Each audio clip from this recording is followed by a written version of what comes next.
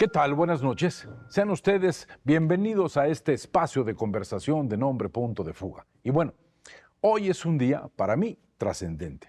Hay una gran persona, una gran figura, una gran calidad humana y es alguien que nos honra con su presencia, el maestro Ricardo Homs. ¿Cómo está usted? No digo todos sus títulos porque nos lleva el programa, maestro. Muchas gracias por la invitación, Raúl. Es un placer estar para mí aquí con usted. es un verdadero deleite porque voy a escucharlo. Y ahora voy al grano porque nos va a faltar tiempo. Gracias. País o sociedad que tiene problemas de imaginación tendrá problemas de lenguaje. Y si tiene problemas de lenguaje, tendrá problemas de decisión. Y si tiene problemas de decisión, la arbitrariedad estará presente. Eso provoca que nuestro país discuta por lo que no es trascendente. Estamos viviendo una depauperación de nuestro lenguaje y nuestra imaginación y por lo consiguiente de lo que somos como país, ¿no, maestro? Es que definitivamente para poder hablar claro hay que pensar claro. Y creo que el contexto de lo que vivimos hoy no es posible comprenderlo, ya no siquiera entenderlo, comprenderlo, sí. si antes no entendemos nuestra idiosincrasia. Porque yo pienso que los grandes cambios sociales no se dan en corto plazo, son a veces generacionales. Y esto nos lleva a tratar de entender qué hay detrás en el inconsciente colectivo, qué sentimos. Por eso pues, hay una larga tradición en este país de análisis de la mexicanidad y de la idiosincrasia, ¿no? Uno de los escritos que a mí más me conmueven es Piedra de Sol de Octavio Paz, que a través de la poesía toca de una manera refulgente esto, maestro. Ahora, una pregunta. Sí. Más que cambiar las leyes y las condiciones del país, tenemos primero que cambiar mentes. Cambia la mente para cambiar el pensamiento y, por último, cambiar los procedimientos. ¿Qué le está sucediendo a nuestra mente y nuestro pensamiento como inconsciente colectivo, maestro? Sí, yo veo aquí que también no podemos pensar en la mentalidad de un país si no lo vemos en un contexto. Recuerda esta frase de José Ortega y Gasset, ¿no? Yo soy yo y mi circunstancia. De gran O sea, cosa. Y hay que entender que la circunstancia es fundamental. Yo creo que lo que estamos viviendo hoy, y ese es el motivo de un libro incluso que publiqué que se llama México Que Dividido. eso debería ser nuestro tema. ¿Por qué México está dividido, pues? Pues es parte de una narrativa que ha estado mal contada desde que México se conformó como nación. O sea, hablamos siempre de cómo nacimos como una nación a partir de una derrota que no existió. Primero tenemos que entender de que México no existía. O sea, Claro. eran muchos pueblos indígenas, Muchas que además, culturas. muchas culturas, muchas etnias incluso, que incluso estaban confrontadas entre sí, pero que habían sido dominadas por un gran imperio, que hay que reconocerlo. Simplemente pensar en Tenochtitlán era una ciudad que en su momento, en los años 1500, rivalizaba en tamaño antes de la conquista con las grandes capitales europeas como París, en número de población, en urbanismo, en cultura, en estructura. Inclusive en la ciencia misma. Bueno, es que, a ver, mientras allá estaban atorados con problemas en que hasta morales para entender la astronomía, por ejemplo, aquí en este territorio ya se conocían.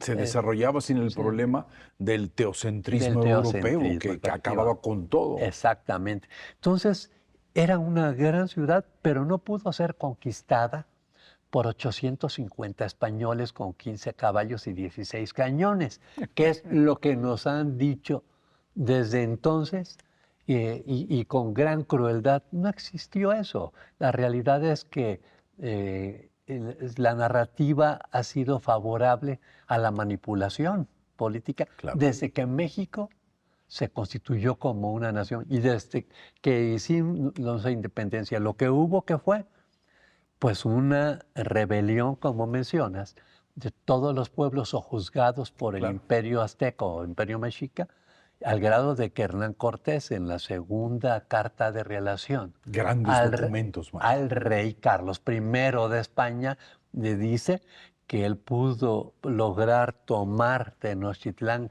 y derrotar al imperio mexica a partir del apoyo de 136,000 guerreros, entre que venían de las caltecas, totonacas que venían desde Zempoala, Veracruz, cholultecas y de Cholula, o sea, y todas las etnias que se rebelaron contra el imperio. Cargados de resentimiento. Cargados de Que resentimiento. ese es un sentimiento que no ha desaparecido en nuestra sociedad. Sí, efectivamente.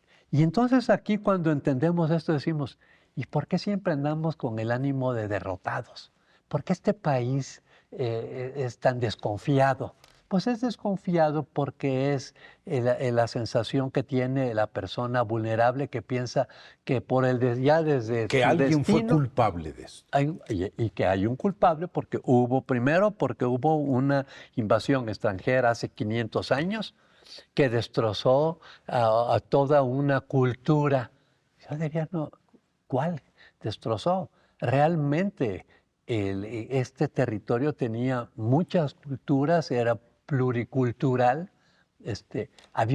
Yo diría que había una gran civilización indígena que se fusionó con la europea. El gran mestizaje. La Y- América como conciencia que hablaba un señor que se llamó Leopoldo Sea. Sí, Ahí. por Pero supuesto. déjeme preguntarle una cosa, mi querido maestro. Con esa visión del gran invasor entra la autocompasividad. Así es. Fui víctima. Muy bien. La victimización. Es que esa palabra que somos mencionaste es víctimas y importante. aparece siempre el líder que dice, yo te voy a salvar, te voy a proteger. Te voy a reivindicar. Ha sido la característica de nuestro manejo político, una política muy elemental. En este momento, sí, estamos preocupados seguimos preocupados por el presidencialismo cuando la vida moderna nos pide a gritos agilizar nuestros conceptos y darnos cuenta que lo más importante son las cámaras, las de diputados y las de senadores. Y ahí está la clave, maestro. Pero hay una cosa, Raúl, que hay que entender. Este sentimiento de victimización que prevalece en este país, siempre nos sentimos víctimas de los extranjeros, de los otros países, víctimas de las clases pudientes, víctimas de todo. La Sí. culpa no es nuestra. Hay malos Siempre y buenos. Es melodrama político. Por eso México está dividido. Pero esto a su vez nos lleva a siempre necesitar de un caudillo que nos va guiando. En los 70 años del PRI siempre hubo un presidente omnipotente Sí, claro. que era el caudillo, pero era un sistema. Eso hay que entender.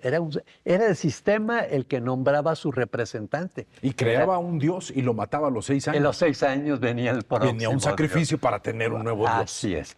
Pero esto generó también, otra vez hablando de idiosincrasia, una sociedad donde el paternalismo es fundamental, donde la gente está esperando que le venga a resolver el Gran Tatuani, Sí, claro. le venga a resolver todos los problemas del país.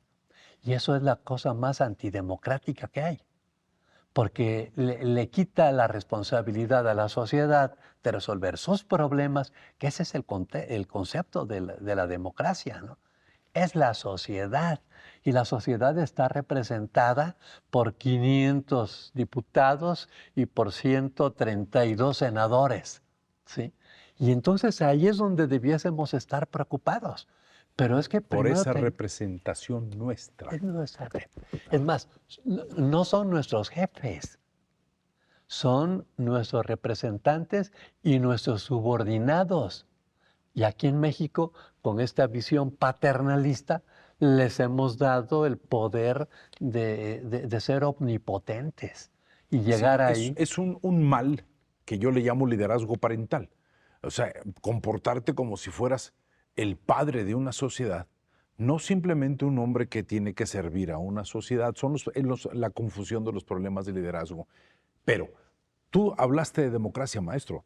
La democracia es persuadir y dejarse persuadir. Es algo que se persuade a través del razonamiento y de la palabra. Es la interacción. Pero para que haya democracia se necesita educación. ¿No hemos depauperado nuestros valores educativos? Es que, mira, por una parte, siempre Y por eso creo que los problemas vienen de mucho atrás, pero hoy se han exacerbado.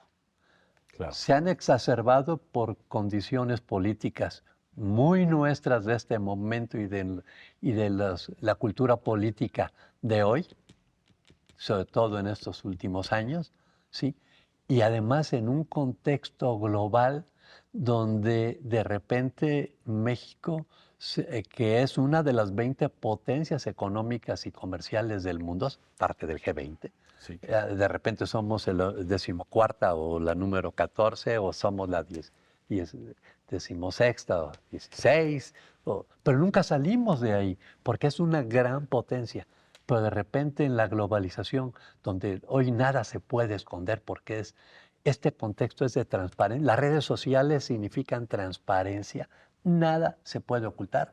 Creo que necesitamos hacerle sentir a esta sociedad mexicana el poder que tiene en las manos, porque además las redes sociales han transferido en todo el mundo el poder que tenían antes los gobernantes como personas, el poder omnipotente que se daba por la opacidad en respecto a la vida. Sí, claro. Y hoy las redes sociales, donde pues, todos traemos un dispositivo con cámara, conectado, en que encontramos a alguien haciendo algo mal, a un político importante haciendo algo mal, lo subimos a redes. O sea, hoy los políticos no tienen incluso ya esta imagen de honorabilidad que antes tenían. Se Y perdió, perdió el respeto. se perdió la respetabilidad. Y si se respetabilidad. pierde la respetabilidad, se pierde la jerarquización. Y se pierde la credibilidad. Eso es Y la exactamente. confianza. Y por eso, en un minuto, mi querido maestro, porque el tiempo es brutal, Claro. solamente quisiera abusar y preguntarte, ¿qué país te gustaría, de alguna manera, que pudiéramos construir? Mira, yo creo que debemos, y este país lo merece, construir un país productivo donde toda la gente tenga oportunidades de llegar a donde su capacidad se lo permita y también el esfuerzo que quiere invertir. Pero tiene que ser un país productivo. Y para ser un país productivo requerimos reconciliarnos, porque un país dividido no puede tener un proyecto común. Que ese será el tema de nuestra próxima plática, maestro. Con gusto. Este México dividido, que es una gran idea de tu parte. Maestro, Muchas gracias. un placer y un honor. Es Por un el honor tiempo estar contigo. y por tus palabras. Gracias, Raúl. Y solamente quisiera cerrar con lo siguiente. Todos los procesos emocionales de un país no son novedosos. Casi siempre son muy ancianos. Vienen de 100, 200 años atrás. Simplemente no determinamos qué es lo que sucede. Pero es momento de hacer una gran capacidad de síntesis, el elogio del resumen y llamarle a las cosas por lo que son. Nuestro lenguaje no está hablando con la verdad. Y un país con verdad a medias es un país sin destino. Maestro, un enorme placer. Igualmente. Y nos veremos aquí el próximo sábado en este espacio de conversación.